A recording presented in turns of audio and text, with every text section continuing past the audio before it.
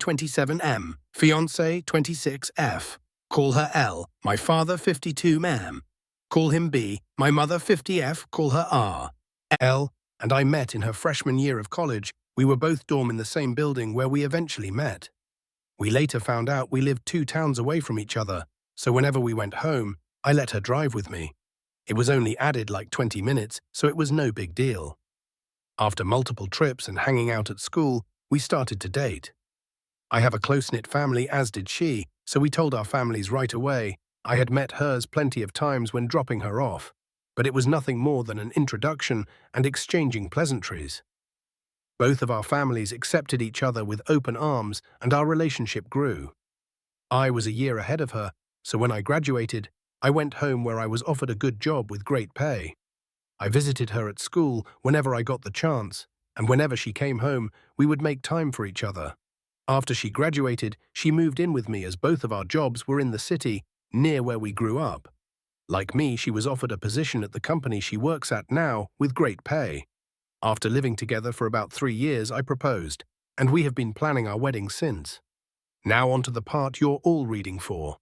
Looking back, there was plenty of things I overlooked that I just wrote off thinking my father was just trying to welcome my ex into our family.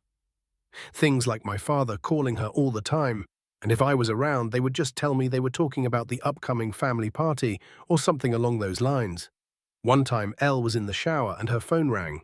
I seen it was my dad, so I answered when he realized it was me. He sounded both upset and surprised that I picked up. I then asked, "What's up?" He responded that he wanted to talk to Elle about my mother's birthday that was in a week, and after a minute we ended the call. Even typing this out now, I feel like an idiot for not seeing it sooner. On the day I found out, it was like any other day. Elle had Thursdays off, so she made breakfast for both of us. When I set out for work, she gave me a kiss and told me to have a great day. During my drive to work, I realized I had forgotten some paperwork I would need for a meeting I had at 3 p.m. I shrugged it off and told myself I would just go home at lunch to get it. Elle texted me throughout the day, talking about all the casual stuff a couple talks about, like what do you want for dinner? I did the laundry, do you want me to hang it up for you? Blah blah blah. I didn't think it necessary to text her. I was coming home for lunch, so when it came around, I just left work and went home. When I got home, I noticed a car that looked like my father's in our parking lot, but I didn't think anything of it and just parked and went into our building. When I opened the door, I was met with a scene out of a movie where a man comes home early and catches his spouse cheating, such a cliché. There was a trail of clothes, both his and hers, leading to my bedroom, and the sound of faint moans echoed through my apartment. I stood at the door in utter shock. My brain was a mix of rage, sadness, and disgust, but if you were a fly on my wall, you would see what looked like a statue. I just couldn't move. When I finally snapped to, not knowing how much time had passed, I took out my phone to record. I picked up all the clothes that were on the floor and threw them into the hall of the building. After, I filmed the walk to my bedroom. The door was open. I stood in the doorway filming for about a minute, then flipped on the lights. They both jumped at the sudden light and looked at me, and to my utter shock, it was my father in the bed with her. After the initial stun, my father noticed I was recording and started to panic, trying to find anything to cover himself and telling me to stop recording. He found a towel and wrapped it around himself and started to walk toward me. I told him, if you don't want to get hurt, stop coming to me. He either didn't care or didn't hear me and reached for my phone. I hit him square on the jaw. His head bounced off the door and slumped to the ground. Elle shrieked. I aimed the camera at Elle and said, "Concerned about your fuck buddy, but nothing to say to your fiancé." My father woke up after about a minute nap, and I told them I just needed to come pick something up for work, so I'm heading back now. If either of you pieces of suck are here. When I get back, I'll send this video to everyone you know. I ended. The video looked at my dad, who was still coming to, and said, "You're dead to me, you're no longer my father, but you might want to go home and talk to Mum, because I'll be talking to her very soon." I sat in my car for a while until one of the bosses at work called to ask where I was. I told her I was on my way back right now. When I got to her office to hand her the paperwork, I must have looked awful because she started asking what was wrong with me. I told her it was nothing and I'd be okay. I could see her scanning me up and down, and she noticed some blood on my collar and stood up, rushed to me and said, "You're bleeding." I looked down and said it was my father's. She looked confused, so I pulled out my phone and showed her the video. She watched it in its entirety. She was introduced to Elle a few times, but never my father. She sat there silent for a moment until it finally clicked that my fiancée was cheating on me. But not only was she cheating, it was with my father. She asked if there was anything she could do, suggesting I take some time off. But I told her I can't go back there right now, that I just need a minute and I'd be fine for the meeting, and I have another shirt in my office. The meeting went over fine. I put on a smile for everyone, like nothing had happened. My boss came up to me after the meeting and asked how I could do that, but I just said I don't know and went to my office.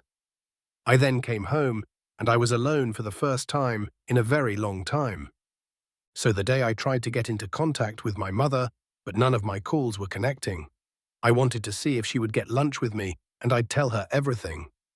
After about a dozen tries, I decided to get into my car and go to my mother's house. She needed to know what happened as soon as possible, even if talking about was going to make it hurt all over again.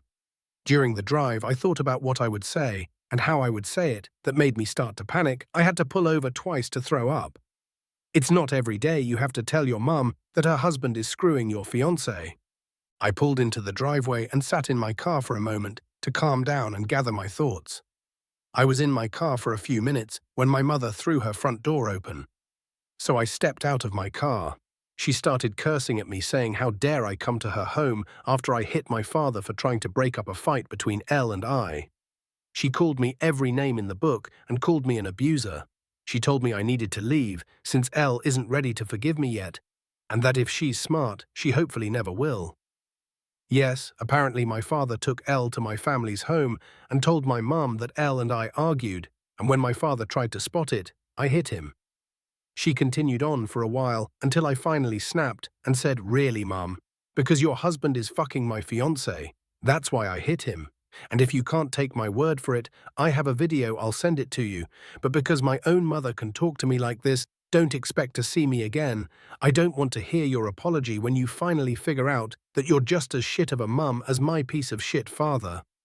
Her face dropped. She looked like what I must have looked like when I first walked into my apartment and caught them. I pulled out my phone and sent her the video. My mum took hers out and turned it on. She pulled up the video and watched up until the part where I turn on the light. She then put her phone down. She looked up at me, but I turned and went into my car. I backed out of her driveway. I looked at her before I took off, and she was in tears. My heart felt for her, but too much was said during that fight for me to pull back in and forgive her. When I got home, I started clearing everything out of my apartment that had to do with Elle or my family. I boxed all of Elle's things up and put them next to the front door. Legally, this has been her place of residence, so I can't technically kick her out. Her name isn't on the lease. Also, she's the type of person who shies away from conflict, and if she returns other than to pick her things up, there will be plenty of conflict. Anything that had to do with my parents, I boxed up and put into storage. Like I said in my first post, we were a very close family, but I've never had a problem cutting toxic people out of my life. I texted Elle's parents and told them calling off the engagement and told them she's been cheating on me. I thanked them for everything they've done for me. Our relationship was still building, but they were kind and supportive of me. So this just added more hurt to the mix. I finished by asking if they would come pick up all of her belongings. I haven't gotten a response from them yet, but I'm hoping they come grab her things. So Elle doesn't have a reason to come back here. Other than a few friends, I don't really have anyone IRL, especially since my family turned out to be suckag. After so many days, I have decided to get the ball rolling on everything that needed to be done, like getting tested, finding a therapist, moving, and of course buying a new bed.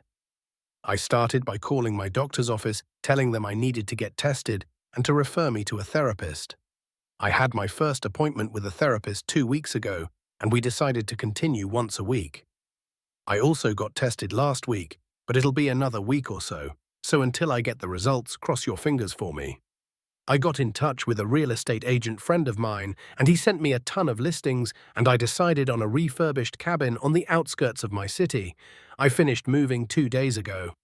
When I finished moving, I called Elle's parents. When they picked up, I told them I moved out and Elle has still yet to pick up her things and that the landlord will start showing the apartment in a few days, so someone better pick her things up before the landlord throws it out. That must have lit a fire under them, because the next day my former landlord texted me thanking me for getting the apartment emptied out. No one knows where I live now, other than the friend who set me up with this place, so I know Elle or my parents won't be dropping by. The only thing that sucks about this place is I traded a 10-minute walk to work to a 45-minute drive. My phone has been blowing up with texts and calls from Elle, both my parents and some of my friends, but I have no interest in talking to anyone other than my therapist. At work, I've been a ghost. I go in, get my work done, and leave. On the rare occasion I have to talk to someone, I put on my fake smile and pretend everything is okay. My boss from my previous post has been trying to check in on me more, but I don't really tell her anything either. I just tell her I appreciate it, but I'll be okay. Truth is, I don't know if I'll be okay. I get that time heals and all, but I feel like that's only relevant when you're dealing with one issue, not when you lose who you thought were the 3 closest people in your life all at once. A huge part of me died, and there's no chance of resuscitating it. The meetings with my therapist are going well. I suppose I've never done therapy before, so I have no reference on what good therapy is. We do get along all right, and she really seems genuine in wanting to help. The first session was us getting to know each other and delving into what brings me to her. Nothing in depth, but me just telling her what happened in my own words. The second session we went a bit deeper. She asked me about the relationship I had with my parents. I told her up until now it was great. We talked often and always communicated well when something was wrong, and that I grew up in a great home, but that all means nothing now. She asked why I cut my mother out of my life. I told her she said things to me I wouldn't say to someone I despised, then told her there's no way she can come back from that.